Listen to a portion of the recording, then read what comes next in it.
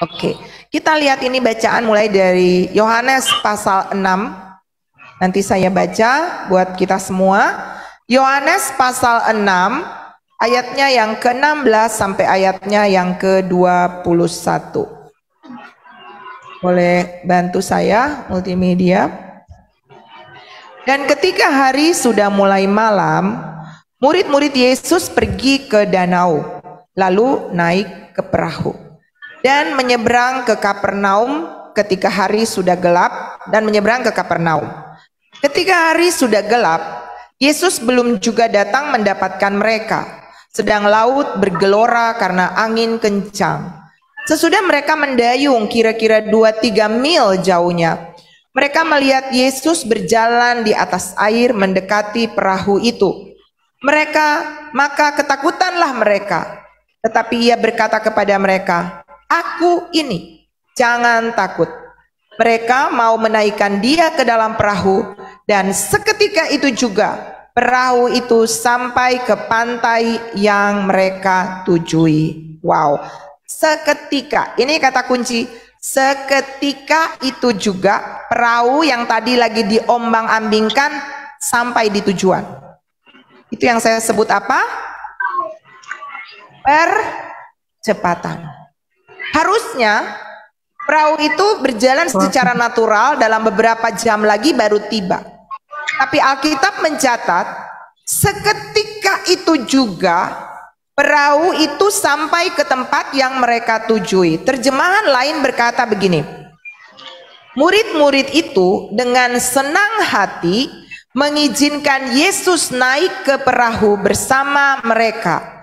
Segera, ya, segera. Kata yang digarisbawahi di situ adalah segera. Segera, katakan segera. Perahu itu sampai ke tempat yang mereka inginkan. Saudara, ini perjalanan murid-murid yang mau menuju ke Kapernaum. Yesus baru selesai melakukan mujizat, berkhotbah dan memberi makan orang banyak, ya. Lalu Yesus lelah. Kalau saudara ikuti kisah daripada pembacaan kita itu, Yesus merasa lelah. Lalu Yesus mengasingkan diri untuk berdoa. Dan murid-murid akan pergi ke tempat di seberang, ya, yang disebut dengan Kapernaum. Lalu di tengah perjalanan itu kisah tadi terjadi, datanglah angin, ya, angin yang dikatakan di sini angin yang cukup kencang, angin sakal, ya, sehingga perahu mereka terombang-ambingkan. Saya pernah naik perahu di sungai ini, saudara, ya, dan itu memang kalau angin, itu cukup mengerikan, ya. Ya, Ibu Pola, ya, cukup menakutkan karena perahunya perahu biasa, ya, Bapak Ibu, ya. Dan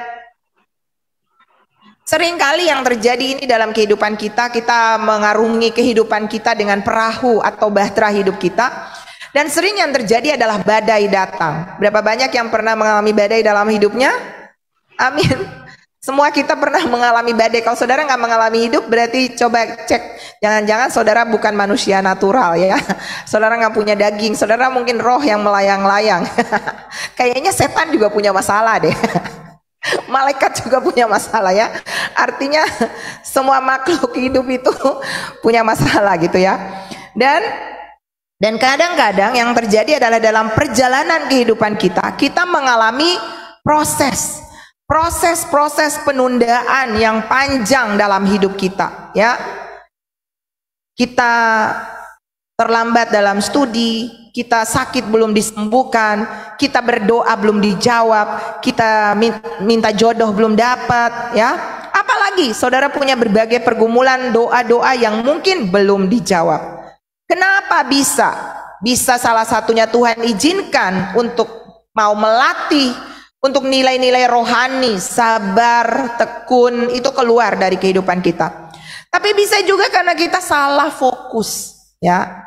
Karena yang kita doakan atau yang kita rindukan itu kita pakai untuk sendiri. Dan biasanya ketika kita memprioritaskan untuk kepentingan kita sendiri, prosesnya akan lebih lambat, saudara, ya. Contoh, saudara, ya, ketika kita mengalami yang namanya penundaan dalam kehidupan kita, maka kadang-kadang itu karena fokus yang salah, ya, untuk ego kita. Ada sebuah cerita ilustrasi ya tentang ada dua orang ya, mereka ini bersahabat. Saya katakanlah yang satu itu orang yang baik ya, katakanlah si budiman ya, orang yang berbudi, dan yang satu itu katakanlah si apa ya, orang yang pokoknya nggak, orang jahat, tapi jangan bilang orang jahat, orang yang kurang keren, kurang baik gitu ya, hatinya, mentalnya kurang bagus. Nah, mereka ini bersahabat. Yang baik ini rajin bekerja, tapi yang jahat ini malas. Tapi dia pengen jadi orang kaya, dia pengen jadi orang sukses, tapi malas, nggak mau bekerja, cuma duduk berpangku tangan.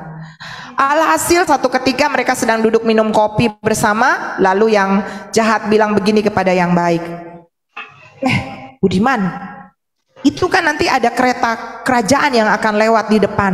Kamu tahu nggak? Di kereta itu ada muat koin-koin emas yang akan dibawa dari kerajaan satu ke kerajaan yang di seberangnya. Ayo kita rampok yuk, kita bisa kaya mendadak. Lalu si Budiman bilang begini, nggak boleh, itu dosa. Mending kita bekerja perlahan-lahan, nanti kita juga akan diberkati jadi orang yang berhasil. Tapi karena yang jahat ini terus ngomel, si Budiman diem aja, dia nggak lagi membahas itu. Tiba-tiba apa yang terjadi? Mereka mendengar bunyi gedebuk, dan ketika mereka ke depan, bunyi apa itu? Ada karung yang jatuh dari kereta yang memang betul-betul lewat di depan rumahnya. Jadi sambil mereka ngobrol, bener aja tiba-tiba ada kereta kerajaan yang lewat di depan. Dan akhirnya waktu mereka keluar, mereka lihat ada karung, ada paket yang jatuh di depan rumahnya. Lalu mereka angkat ke dalam, dan ketika dibuka, tahu nggak apa? Koin emas yang memang mereka, yang si jahat tadi lagi idam-idamkan. Lalu si jahat bilang, nah kan ini rezeki anak soleh. Tadi saya cuma membayang-bayangkan, tiba-tiba jadi kenyataan. Ini namanya rezeki nomplok. Ya udah, ini tandanya memang kita akan jadi orang kaya. Lalu si Budiman bilang begini, jangan, ini rezekinya memang sepertinya rezeki, tapi ini cara yang salah kalau kita mengambilnya. Ini bukan milik kita, kalau kita ambil, ini namanya mencuri. Dan apa yang terjadi? Si Budiman bilang, dia kasih masuk koin-koin yang berhamburan, yang tercecer waktu jatuh, dia kumpulkan, lalu dia bilang, kita akan lapor ke kerajaan supaya mereka mengambil barang-barangnya di sini. Ketika si Budiman sedang mengumpulkan koin-koin itu, si yang penjahat ini dia pergi ke dapur, dia ambil belati, dia ambil pisau, lalu dia tusuk si Budiman dari belakang. Dia bilang, biar saja saya sendiri yang akan menikmati hasil daripada koin-koin ini. Budiman sudah kesakitan, dan ketika dia sedang mengumpulkan itu untuk membawa lari, tanpa dia tahu rumah itu sudah dikepung oleh ajudan atau polisi-polisi dari kerajaan. Dan akhirnya dia mencoba untuk lari, udah nggak bisa, dia malah ditangkap dan dijebloskan ke dalam penjara. 1 tahun kemudian, tiba-tiba Budiman datang menjenguk dia di penjara. Wow. Lalu Budiman bilang sama dia begini, hey bro, bagaimana kabar kamu? Dia bilang, saya menyesal kenapa hari itu saya mencoba mencuri. Budiman sudah menjadi seorang kepercayaan di kerajaan karena dia mempertahankan kejujuran, walaupun risikonya adalah dia ditusuk oleh temannya sendiri. Apa yang kita dapat di balik ini? Kalau Anda mau mengalami percepatan, mau cepat kaya, mau cepat dapat jodoh, mau cepat berhasil, tetap pakai jalur kebenaran. Amin. Karena semua hal percepatan yang kan cara-cara yang salah, itu tidak akan bertahan lama, malah akan mendatangkan musibah bagi diri kita sendiri. Katakanlah jadi orang yang jujur, katakan amin. Katakanlah jadi orang yang tetap tidak kompromi, katakanlah jadi orang yang hidup untuk menyenangkan hati Tuhan. Maka Tuhan yang akan membelamu, Tuhan yang akan membackup Bapak Ibu Saudara dan saya. Haleluya. Yang Tuhan mau adalah kita bisa menikmati proses. Kalau hari sepertinya belum dijawab oleh Tuhan, sepertinya apa yang kita harapkan itu belum mendapatkan hasilnya, teruslah konsisten hidup dalam kebenaran, teruslah rajin untuk berbuat baik, teruslah rajin untuk belajar, teruslah rajin untuk terus mengejar Tuhan, memiliki hati yang tetap lapar dan haus akan Dia. Ketika Anda memiliki nilai-nilai kesabaran, punya optimisme, punya konsistensi, punya hati yang tetap bersyukur dalam segala keadaan, maka saya percaya ketika Anda tidak menyerah, tetap maju sekalipun banyak tantangan, dengan fokus yang benar kepada Tuhan, tidak menghalalkan cara-cara yang salah, maka satu waktu nanti Tuhan itu tidak buta. Katakan amin. Tuhan juga tidak berdusta. Amin. Pada waktu yang terbaik, ketika nilaimu tumbuh, maka lihatlah pertolongan Tuhan akan nyata dalam kehidupan kita. Amin. Amin Bapak Ibu Saudara. Ya, Alkitab berkata di dalam 2 Korintus 6 ayat 2, sebab Allah berfirman, pada waktu aku berkenan, aku akan mendengarkan engkau, dan pada hari aku menyelamatkan, aku akan menolong engkau. Sesungguhnya waktu ini adalah waktu perkenanan itu. Sesungguhnya hari ini adalah hari penyelamatan itu. Kalau hari ini Tuhan mau melakukan percepatan, ketika sikap hati kita benar, kita punya sikap yang positif, maka hari ini juga saudara akan mengalami mujizat. Yang mau mengalami mujizat boleh lambaikan tangan. Mujizat itu adalah sesuatu yang bisa tiba-tiba saudara alami, yang saudara sedang rindu-rindukan. Contoh nih ya Bapak Ibu, ada sebuah kisah dari ada seorang anak berumur 8 tahun ya. Adiknya itu sakit. Namanya, ada anak di sini namanya sama dengan dia, George.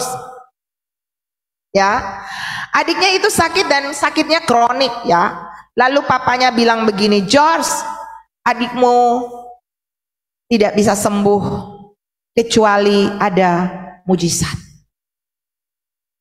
Lalu si Sally ya, kakaknya Sally, adiknya yang sakit ini namanya George. Adikmu George tidak sembuh kecuali mujizat. Lalu Sally ini berdoa. Sally berdoa, Tuhan sembuhkan adikku, sembuhkan adikku. Tapi adiknya masih tetap sakit. Lalu apa yang dia lakukan? Dia ambil celengannya, anak umur 8 tahun nih. Dia ambil celengannya, dia pecahkan celengannya. Lalu dia ambil uang tabungan yang seberapa sih tabungan anak 8 tahun. Dia pergi ke apotik. Lalu dia pergi di kaca apotik dan dia ketok. Orang menoleh dan bilang masuk, kenapa? Dan dia bilang, Pak, saya mau membeli mujizat buat adik saya yang sedang sakit. Lalu orang toko itu bilang, gak ada jual mujizat di sini. Kalau kamu mau mujizat, pulang bilang sama papamu, datang dan beli obat untuk adikmu. Dia bilang, adik saya sakit dan adik saya butuh mujizat, tolong jualkan saya mujizat. Lalu orang tuanya, orang penjaga toko bilang, pulanglah dan bilang sama papamu untuk datang dan membeli obat untuk kesembuhan adikmu. Lalu dia terus ngotot, dia bilang, tolonglah Bapak, adik saya sakit nggak bisa sembuh kecuali ada mujizat. Dan saya mau beli mujizat itu, bantulah saya Pak, ini uang tabungan saya. Pada saat dia sedang berdialog dengan tukang toko, ada seorang bapak yang tertarik karena ribut. Anak itu nangis dan ngotot untuk mau beli mujizat.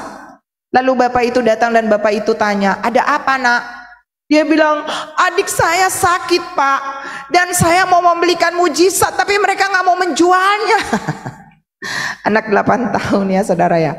Dan apa yang bapak itu bilang? Mana rumahmu? Sakit apa adikmu? Saudara tahu nggak siapa bapak itu? Dia seorang dokter spesialis yang terkenal di kota itu. Dan dia bilang, saya akan mengurus adikmu tanpa biaya. Dan adiknya George sembuh karena mujizat ya. Wow, sepertinya sore ini George akan mengalami mujizat kesembuhan. Haleluya. Bapak Ibu Saudara, mujizat itu masih ada ya. Yang penting adalah kita menjadi orang-orang yang tetap mau masuk di dalam percepatan. Kita akan belajar ya tentang bagaimana kita bisa mengalami percepatan atau hal-hal yang supranatural dalam kehidupan kita.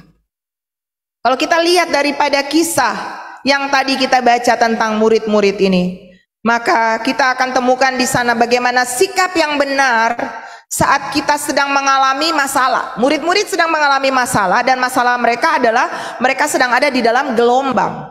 Benar nggak? Ya, angin yang menakutkan. Dan ketika gelombang itu datang, mereka ketakutan. Lalu tiba-tiba apa yang mereka lihat? Mereka melihat Yesus berjalan di atas air. Kan tidak biasa manusia berjalan di atas air. Kenapa? Berat jenis kita lebih daripada berat jenis air. Yang terjadi adalah kita akan tenggelam. Nah, akhirnya mereka melihat Yesus, mereka berpikir siapa? Hantu. Lalu mereka berteriak-teriak ketakutan.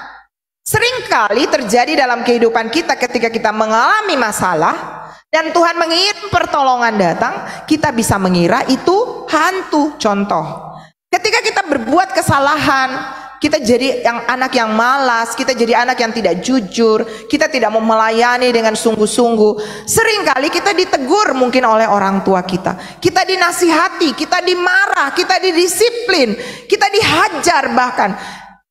Kadang-kadang kita pikir mama cerewet, papa galak, gembalaku sadis.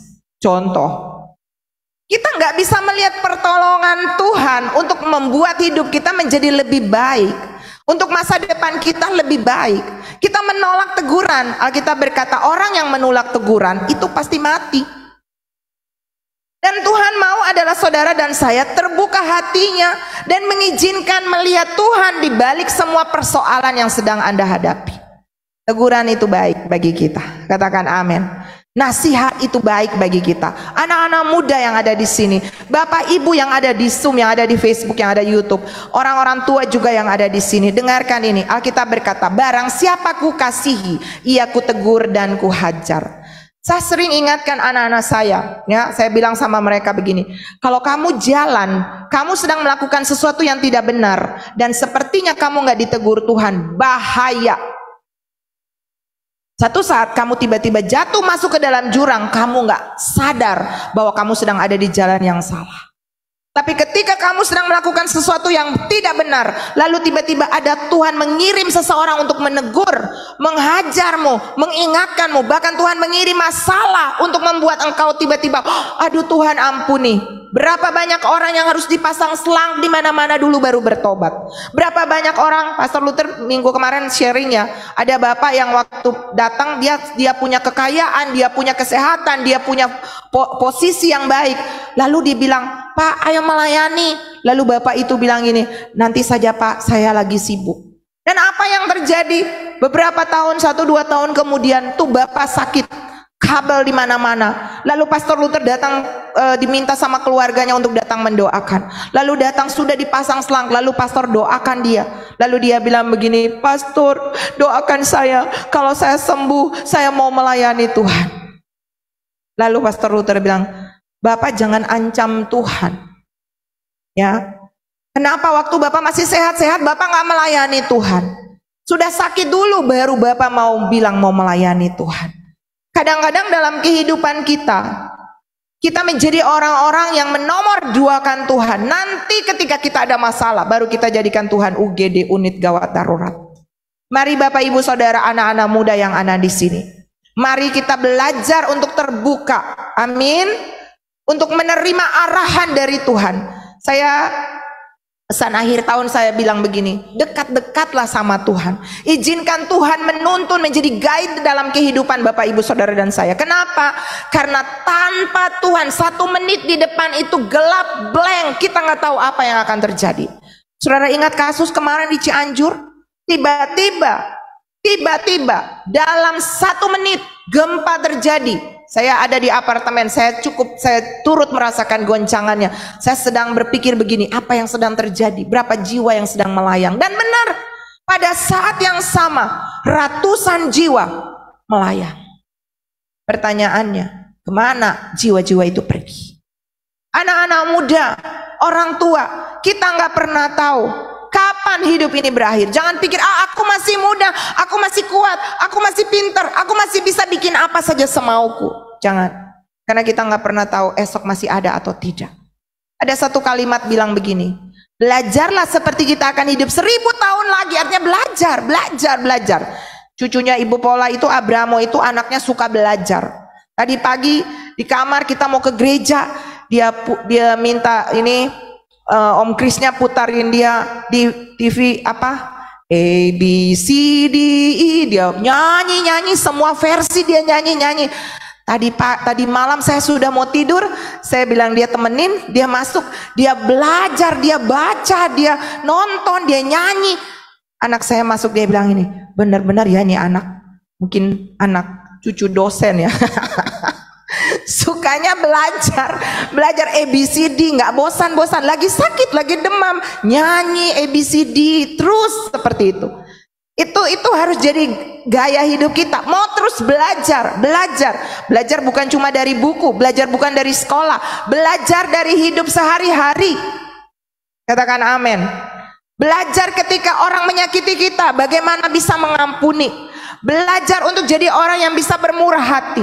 Belajar untuk bagaimana jadi orang yang bisa mendamaikan orang yang sedang berselisih. Belajar untuk jadi anak-anak pembawa damai dan bukan pembawa perpecahan. Itu tanda saudara sedang jadi orang-orang yang bertumbuh untuk mengalami percepatan. Amin. Dan Alkitab mencatat bahwa mereka, murid-murid yang sedang mengalami percepatan ini, ketika mereka melihat Yesus, walaupun seketika mereka berpikir itu hantu, tetapi kalimat yang tadi berkata, dengan senang hati mereka memanggil Yesus untuk masuk ke perahu. Saya mau tanya, berapa banyak yang mau mengalami percepatan? Boleh lambaikan tangan? Boleh saudara yang ada di Zoom tulis di kolom komentar, saya mau. Mana lihat tangan-tangan yang mau mengalami percepatan? Amin.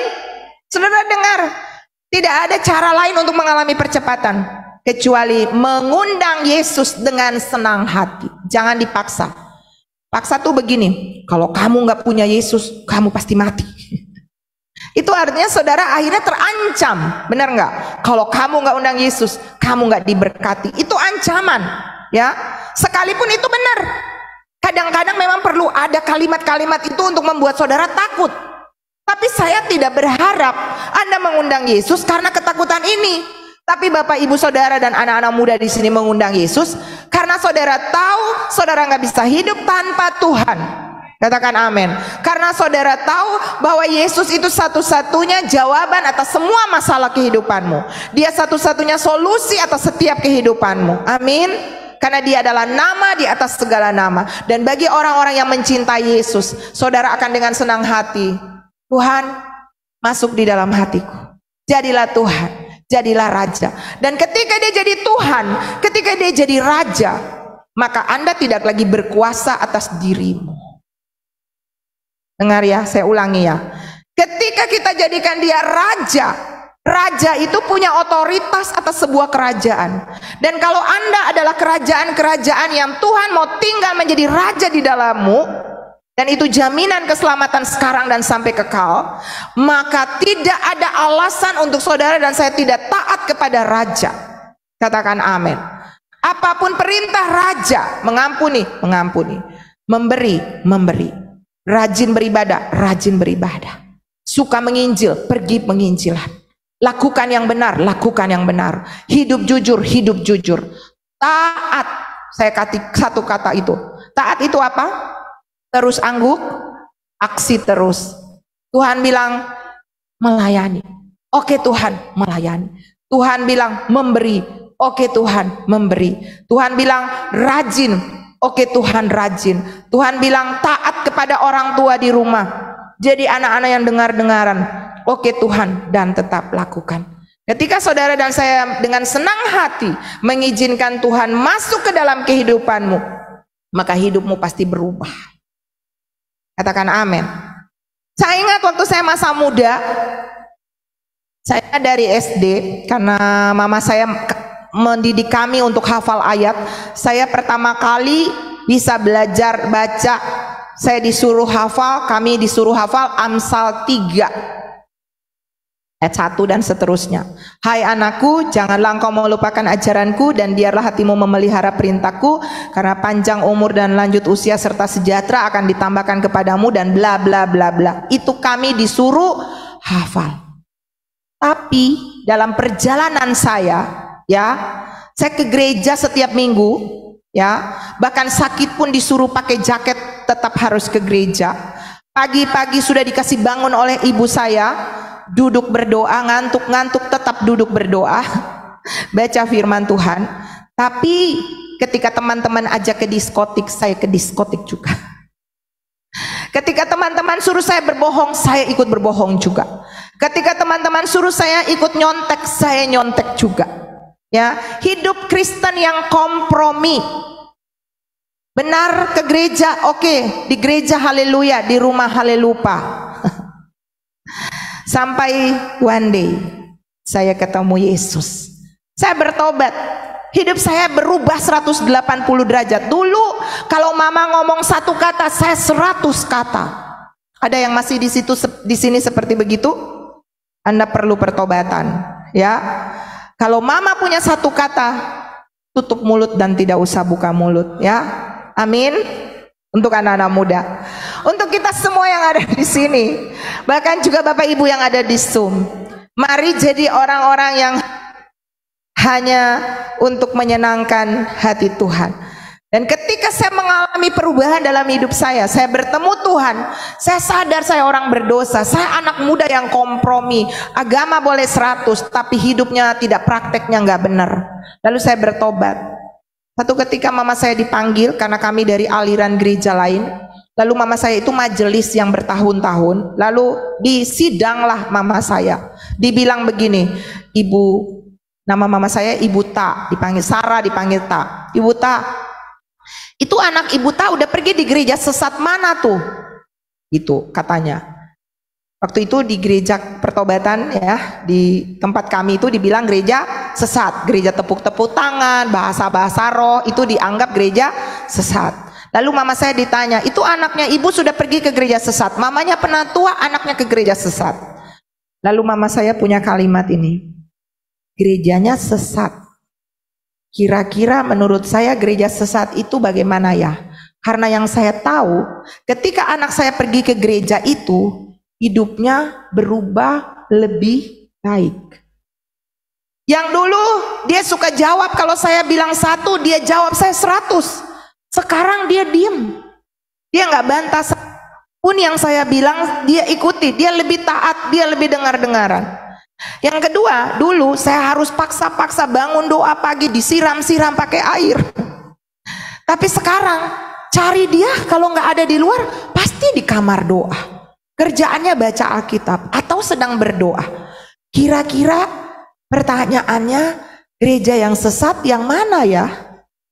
Karena di gereja lama dia hidupnya kompromi, tapi di gereja yang sekarang dia hidupnya sungguh-sungguh. Anak-anak muda, Anda perlu punya komunitas yang mendidikmu untuk hidup benar. Amin. Di keluarga, di tempat pergaulanmu, pastikan lingkungan di sekelilingmu adalah orang-orang yang hidup dalam kebenaran. Kenapa? Karena pergaulan yang buruk merusak kebiasaan yang baik. Sekalipun di rumah engkau dididik untuk taat dengar-dengaran, tapi ketika teman-temanmu mengajakmu untuk melakukan hal-hal yang buruk dan engkau tidak kuat fondasinya untuk tinggal di dalam firman Tuhan, Anda bisa kompromi. Tapi malam hari ini, mari kita belajar seperti para murid ketika mengundang Yesus datang dalam kehidupan kita, mengizinkan masuk di dalam hati kita dengan senang hati, lalu menjadikan dia raja, sehingga apapun perintah raja, oke Lord, oke Tuhan, ya, maka saya percaya Anda akan mengalami percepatan dalam kehidupan. Ada satu kisah tentang percepatan ini, ya, sekalipun ilustrasinya adalah seekor burung. Pernah dengar ya? Ya, ada seekor burung, ya, sebutlah ini burung X ya. Suatu ketika dia mengalami yang namanya sakit, bulunya nggak ada, lingkungannya di padang pasir ya, dia nggak punya tempat tinggal, dia sangat menderita, jauh dari air, jauh dari makanan, di padang gersang, dan nggak ada bulu, nggak bisa terbang. Lalu tiba-tiba dia menderita, dan tiba-tiba ada seekor burung merpati yang lewat. Lalu dia tanya, "Bro, mau kemana kau?" Ya, lalu si burung merpati itu bilang, "Saya mau pergi ke pintu surga." Lalu kemudian burung itu bilang begini, "Titip pesan sama malaikat di sana, tolong tanyakan, sampai berapa lama saya akan mengalami penderitaan ini?" Lalu akhirnya burung merpati itu bilang, "Oke, saya akan tanyakan itu." Ketika burung merpati itu tiba di sana, dia bertemu dengan malaikat di pintu situ surga. Lalu dia tanya, "Malaikat, saya punya teman sedang mengalami kesakitan dan dia sangat menderita. Bolehkah malaikat kasih tahu kepada saya untuk memberikan jawaban kepada dia? Sampai berapa lama dia akan mengalami kesakitan dan penderitaan itu?" Lalu si malaikat bilang begini, "Oh, burung itu akan mengalami penderitaan selama 7 tahun. Lalu burung merpati ini bilang, "Wah, lama banget, kasihan temanku. Tapi tolong kasih sebuah solusi. Kalaupun saya akan memberikan jawaban itu bahwa dia akan menderita selama 7 tahun, kira-kira ada satu jawaban yang bisa menggembirakan hatinya dia supaya dia bisa bertahan dalam penderitaannya." Lalu burung itu bilang begini, malaikat itu bilang kepada burung merpati, "Sampaikan kepada dia kalimat pamungkas ini." Ya, apa kalimatnya? "Apapun yang dia alami, katakanlah, 'Terima kasih Tuhan untuk segalanya.'" Artinya mengucap syukur dalam segala keadaan. Singkat cerita, burung yang dari surga itu terbang dan dia bilang kepada burung yang menderita ini, "Bro, kalau kau akan mengalami penderitaan selama 7 tahun. Tapi ucapkanlah ini sehingga engkau akan ditolong oleh Tuhan." Apa yang harus diucapkan? Burung itu bilang, "Ucapkanlah, 'Terima kasih Tuhan untuk segalanya.'" Lalu kemudian burung itu pergi, burung yang merpati yang membawa pesan itu pergi. 7 hari kemudian, burung merpati itu terbang lewat di atas tempat saudaranya yang menderita itu. Dan dia terkejut karena dia melihat, wow, ada padang rumput yang hijau di sana. Bunga-bunga mulai bermekaran. Di sampingnya ada sungai yang mengalir. Lalu burung itu sudah tumbuh bulunya. Dia sudah mulai bernyanyi, bersiul dengan sangat merdunya. Lalu burung itu bilang, "Hah? Sedang terjadi perubahan dengan begitu dahsyat di bawah sana." Dia segera terbang turun ke tempat di mana burung itu sedang mengalami sukacita yang luar biasa, sedang bersiul di mana-mana, bernyanyi kemana-mana. Lalu burung itu bilang, "Bro, ngomong-ngomong, apa yang terjadi? Kenapa kau sudah begini bahagia? Tempatmu sudah begini indah, penuh dengan berbagai makanan, bunga-bungaan di mana-mana, air yang mengalir, bulumu juga sudah tumbuh dan sangat bagus. Bagaimana bisa?" Lalu burung itu bilang begini, "Setiap kali saya jatuh ke atas padang pasir yang panas, saya jatuh terpeleset karena nggak bisa terbang ke atas batu cadas. Saya tidak komplain, saya tidak bilang, 'Kenapa begini, kenapa begitu?' Tidak, yang saya bilang, 'Terima kasih Tuhan untuk segalanya.' Ketika saya sedang kedinginan karena nggak ada bulu, saya nggak bilang dingin, saya bilang, 'Terima kasih Tuhan untuk segalanya.' Dan 7 tahun didiskon menjadi 7 hari. Wow, itu yang namanya percepatan. Anda sedang berdoa untuk apa? Mau diberkati? Mau jadi bos besar? Mau jadi mahasiswa paling pintar? Mau jadi ibu rumah tangga yang diberkati, yang bahagia? Anak-anak mau menjadi anak-anak yang sukses? Bapak-bapak mau punya pekerjaan diberkati? Setiap kali ada masalah, no complain. Katakan amin. Katakan apa? Terima kasih Tuhan untuk segalanya. Mari sama-sama ucapkan, terima kasih Tuhan untuk segalanya. Ketika Yesus kita undang dengan senang hati di dalam hati kita, dan kita ikuti apa saja yang dia perintah. Hari ini perintah ini datang kepada saudara. Sebuah kalimat pamungkas, bersyukurlah dalam segala hal, kata firman Tuhan. Apapun yang Anda alami diperlakukan dengan tidak adil, Anda sedang mengalami situasi-situasi yang tidak menyenangkan, penyakitmu belum disembuhkan, jodoh belum pasti ada, dan sebagainya, ucapkanlah, terima kasih Tuhan untuk segalanya. Maka saya percaya Anda berdoa, gak pakai tunggu lama, dalam waktu yang singkat Tuhan akan menjawab doa-doamu. Ketika hati kita siap, hati kita tetap mengucap syukur, bisa melihat Tuhan bukan sebagai hantu, dan tetap menerima bahwa yang Tuhan berikan itu yang terbaik, sekalipun gak menyenangkan, teguran, hajaran, didikan, tapi itu baik bagi kita, maka Anda akan mengalami percepatan dari berjalan kepada berlari, dari berlari kepada terbang dengan kecepatan yang tidak biasa-biasa. Mari pemain musik ada di depan. Saya berdoa di sore hari ini, di malam hari ini. Kita ada di tema tahun ini, yaitu berjalan, berlari, dan terbang lebih cepat. Dan saya berdoa supaya kita akan mengalami percepatan dalam kehidupan kita. Amin. Kita akan mengalami aerodinamika rohani. Dan itu hanya bisa terjadi ketika kita mengizinkan Tuhan Yesus masuk dalam perahu kehidupan kita dengan senang hati. Berapa banyak Bapak Ibu yang ada di Zoom, yang ada di Facebook, yang ada di YouTube, bahkan anak-anak muda yang ada di sini, ibu-ibu, bapak-bapak yang ada di sini, yang mau dengan senang hati bilang, Tuhan, mari masuk di dalam bahtera kehidupanku, perahu kehidupanku, dan mau mengizinkan dia menjadi raja dalam kehidupan. Ini tentang pribadimu dengan Tuhan, bukan tentang orang lain. Tutup mata kita, fokus kepada Tuhan. Mungkin badai sedang datang dalam kehidupanmu, dan engkau sedang takut dengan masa depanmu. Hari esok, tahun ini, pekerjaanmu dengan suami, istri, anak-anak, sekolah,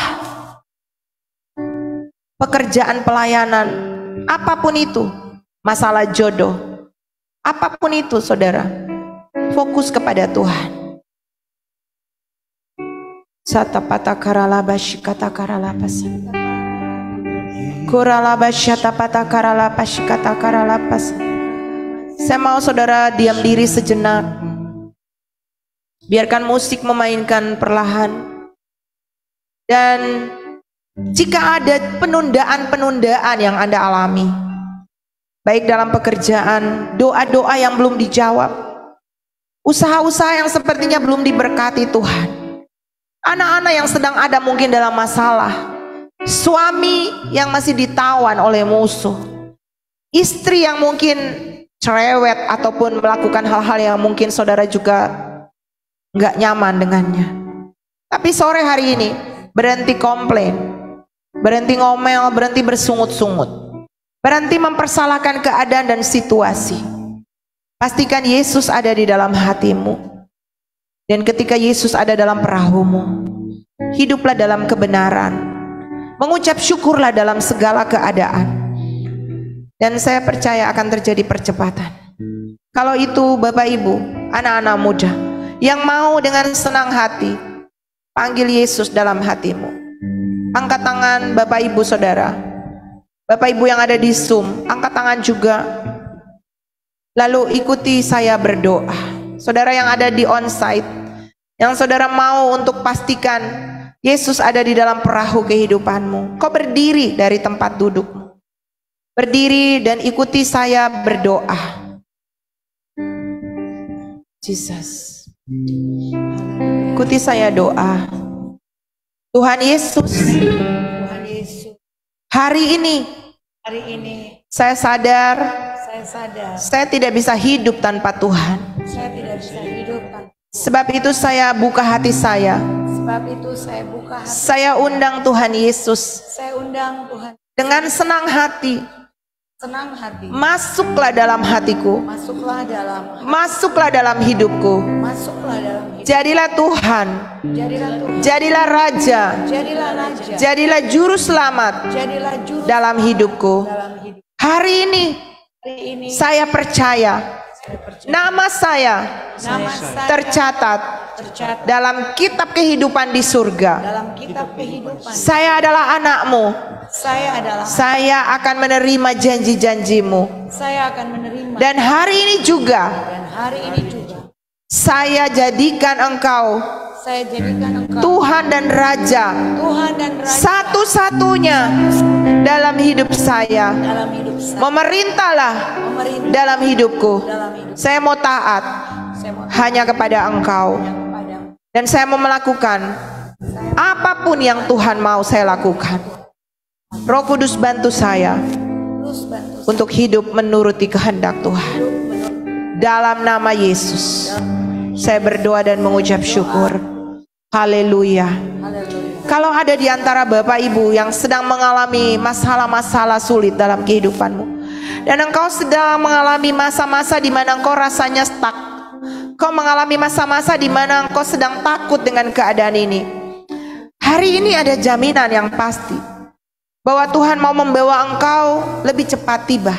Seperti murid-murid, ada beberapa saudara yang akan mengalami ini. Saudara akan mengalami percepatan ini. Saya melihat ada beberapa saudara, bapak-bapak, ibu-ibu, khususnya ibu-ibu yang sedang berdoa yang sudah bertahun-tahun. Di tahun ini Tuhan akan melakukan percepatan itu. Apa yang sedang engkau gumuli untuk keluargamu, untuk suami, untuk anak-anakmu, mulailah ketika melihat suami atau anakmu melakukan hal yang tidak cocok dengan hatimu, katakan ini: terima kasih untuk segalanya. Terima kasih untuk suami yang sudah berubah. Terima kasih untuk istri yang sudah berubah. Terima kasih untuk anak-anak yang sudah berubah.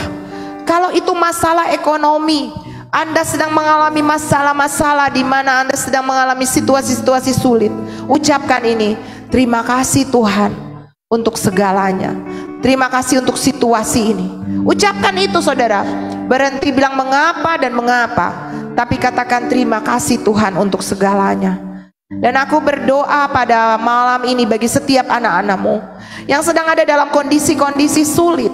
Sepertinya badai datang dalam kehidupan mereka. Entah itu sakit penyakit, entah itu masalah ekonomi, entah itu pergumulan keluarga, apapun Tuhan, pekerjaan, usaha mereka. Tuhan, aku berdoa malam hari ini ketika mereka meresponi firman ini. Firman ini pergi dan tidak akan kembali dengan sia-sia, tapi akan menghasilkan buah. Aku berdoa dalam nama Yesus, setiap mereka menerima firman-Mu malam ini, firman ini bertumbuh di dalam hati mereka. Mereka akan mengalami yang namanya segera. Katakan segera. Saudara yang mau mengalami percolongan, percepatan terjadi, segera. Katakan segera. Segera Tuhan akan menolong saya. Segera Tuhan akan membuka jalan bagi saya. Segera Tuhan akan membuka pintu bagi saya, dan saya akan melihat pertolongan Tuhan datang dengan nyata dalam kehidupanku. Terima kasih Tuhan.